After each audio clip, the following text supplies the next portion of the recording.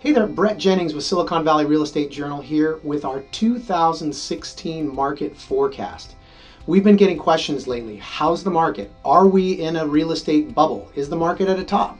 We're going to answer all these questions here. And before we do, I want to point out some great free resources on the blog. If you're considering buying a home, click on the Search for Homes tab. That's going to give you gateway access to the multiple listing service and all the homes for sale throughout Silicon Valley. If you're considering selling, click on the Find My Home Value tab. That'll give you an instant estimate of your home's value, which we can refine for you upon your request.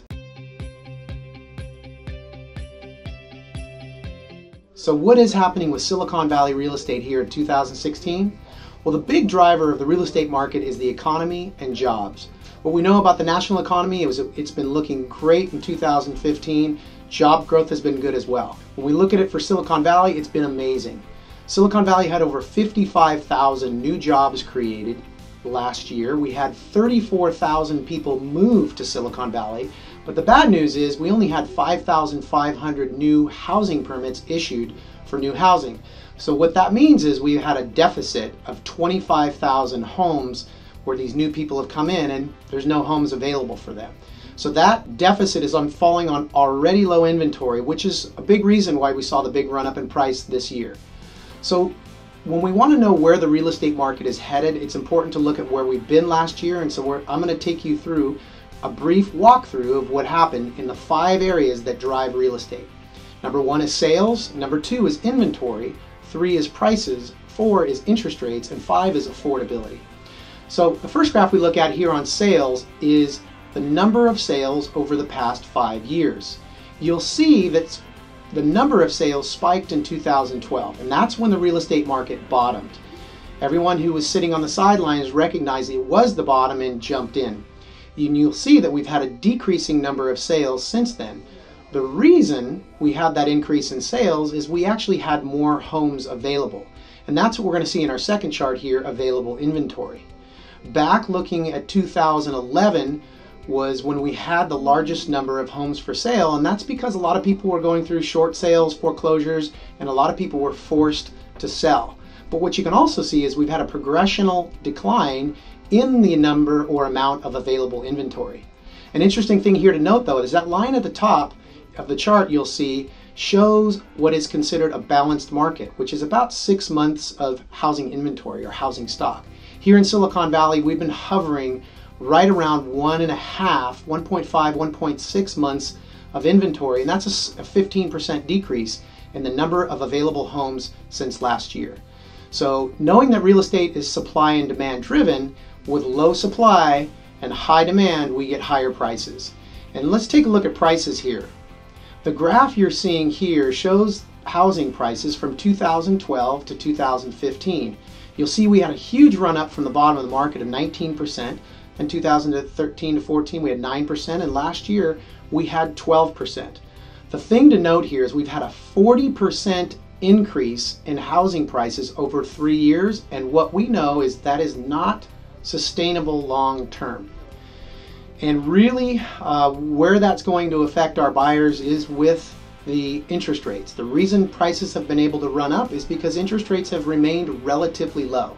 The graph you're seeing here of the interest rates going back over time is showing rates have really been around 3.5 to 4.25%. Rates are anticipated to increase. The Fed has publicly declared that they are going to increase interest rates. They've made a few attempts at it, and they've throttled back a little bit because of the global situation. The question is, what's going to be happening going forward? Well, both the Mortgage Bankers Association, Fannie Mae, and Freddie Mac have all indicated that they anticipate rates to increase into 2016. And really where that's going to squeeze the buyers is in the area of affordability. So seeing the chart here of affordability, what you're seeing is affordability from 2013 to 2016. In 2013, 36% of first-time home buyers could afford to buy a house. That number has decreased every year. We're now at 15% affordability.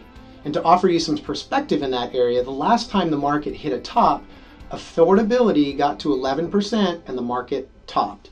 So what are my expectations here for 2016? I think what we're going to see is we are going to see an increase in the number of sales, just like last year. Sellers who've been sitting on the sidelines saying, hey, this market's great, prices are higher than they've ever been, that's going to cause the number of sales to increase probably by 2%. Prices, because of the low supply, high demand, and low interest rates, are also going to increase this year, but not as much as last year, because of the simple fact that affordability is the ceiling that's squeezing the buyers. We are expecting affordability to drop below the 15% level, and I would expect to see a market top either at the end of this year or early next year. So what does all this mean if you're a buyer or seller?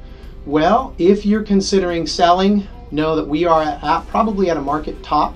If we look at long-term real estate trends, typically the market moves in 7-year cycles, and last time we had a market top was 2008, so we're almost overdue for a correction. If you are a buyer, the thing to consider is I would not wait to purchase a home and try to time the market, because interest rates are going to increase. If the market dips by 10%, but interest rates increase by 1%, your monthly payment will be the same. So net, if you're a buyer looking to buy, I'd get in the market now while rates are low. If you're a seller, you're going to want to take advantage of the high prices in this market. If you have questions on either, feel free to reach out to us, and we will do either a custom market analysis if you're a seller, or talk to you about a home buying strategy if you're a buyer. Thanks again for tuning in this year's market update. This is Brett Jennings saying we'll be right here, ready to help you create a better life through real estate.